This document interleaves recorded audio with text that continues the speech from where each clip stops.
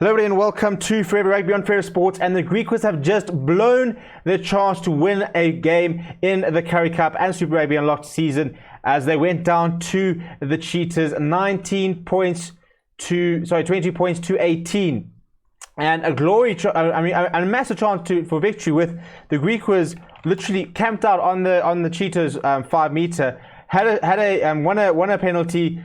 The maul was good the entire game, and when they tried to go for it, they tried to go to the back, and the Cheetahs went up, won the line out, and it went straight into touch, and that was the game. So I think lots of lessons learned from the Griquas, and if I'm honest, before the sort of 68, 70 minutes, it was quite a boring game. The first half promised to be quite exciting. It promised the Cheetahs were trying to play a bit more expansive, trying to sort of bring that sort of trademark attacking game to the game.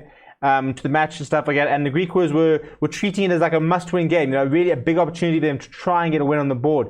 But in the end, they just couldn't do it. And before we go into some individual players and sort of a game blow-by-blow analysis, please do subscribe to the channel, bottom right-hand corner there. Smash like on the video. If you're watching the watch-along, apologies, the internet went down, so unfortunately, obviously, that went down with it. But we will be back again next week for another watch along. We'll wait and see what the matches are. We'll probably be doing the European Champions Cup. So in terms of the game, very, very even possession, pretty much 50-50. And if you look at this sort of the scoring, so the Griquas almost started off in the perfect way, where they won an early penalty, kicked to the line, and they went over and they thought they had actually scored.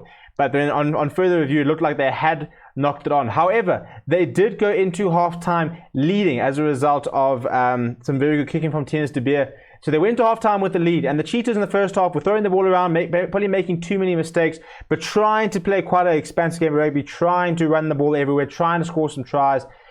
Given the fact that both sides were playing for nothing, there was far more for the Griquas to play for than the Cheetahs. For the Cheetahs, it was just about them, finishing on a high, but whereas for the Griquas, it was, can they get that first win? Can they get that first victory? Can they get points on the board?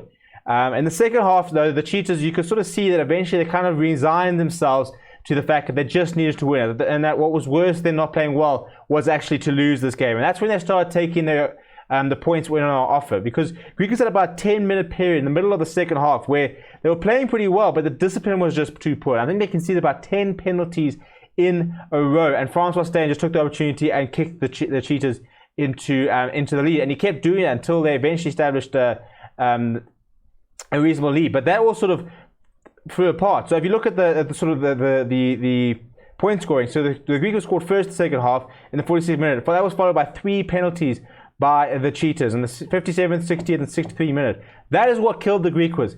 And whilst Daniel Kasende scored a try right at the end to really make it interesting, ultimately, the game was sort of too far, and they had the chance right at the end to win it, but just didn't have the composure. I think that kind of sums it up, where the Griquas have been in games a lot this season. They've been close to winning a lot of times this season. They've been in some very good positions. They've pushed some very good teams right to the end.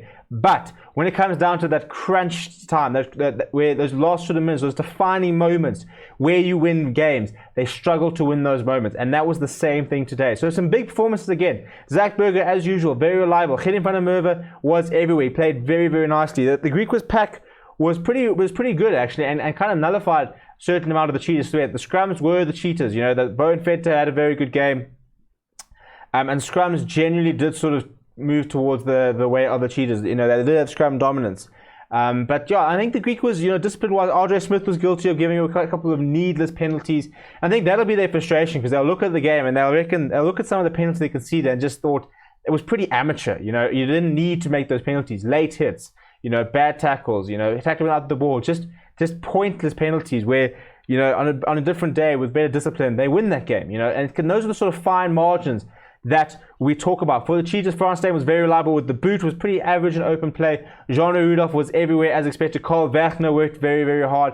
Front row was impressive. Duncan Sol was very good in the first half, did a lot of running. Roscoe Speckman, Clayton Blommetjies tried their hardest to make an impact on the game, but also sort of uncharacteristically a bit error-ridden, where they were just dropping balls a couple of times, a couple of knock-ons. So it wasn't a particularly good game to watch until that last 10 minutes where suddenly it came alive. But yeah, that's how it ends. So the Griquas will finish bottom of the log. Cheetahs will, obviously we know, not go to the semi-final, and they gave a reasonable account of themselves in the competition. But at the end of the day, I think it's fair to say that they're not on the same level as the top 4 sides. and therefore SA Rugby can sit there and say that we did back the right side. So yeah, look, I mean, it's back to the drawing board for both sides. Cheetahs sitting there trying to find a competition to go for, and the Griquas will have to wait and see what the domestic scene, what happens to the domestic scene, how they're going to go with the first division, what used to be the Rugby Cup, where they're going to go, what sort of competition are we looking at back, how they're going to be able to build to the next Currie Cup, whenever that might be, whether we're going back to the usual schedule, if it's going to change the result of the Rainbow Cup. So all very sort of up in the air at the moment. So it'll be a while until we see these sides back in action again. However, I don't think we will have to wait too long to see some of the players who I think could very well be on the move in the off-season as the other sides start to strengthen their side and build a squad for the Rainbow Cup in the upcoming months. Please do like and subscribe to the channel. Let me know what you thought of the game down in the comments below. My name is Stephen, and I'll chat to you very soon.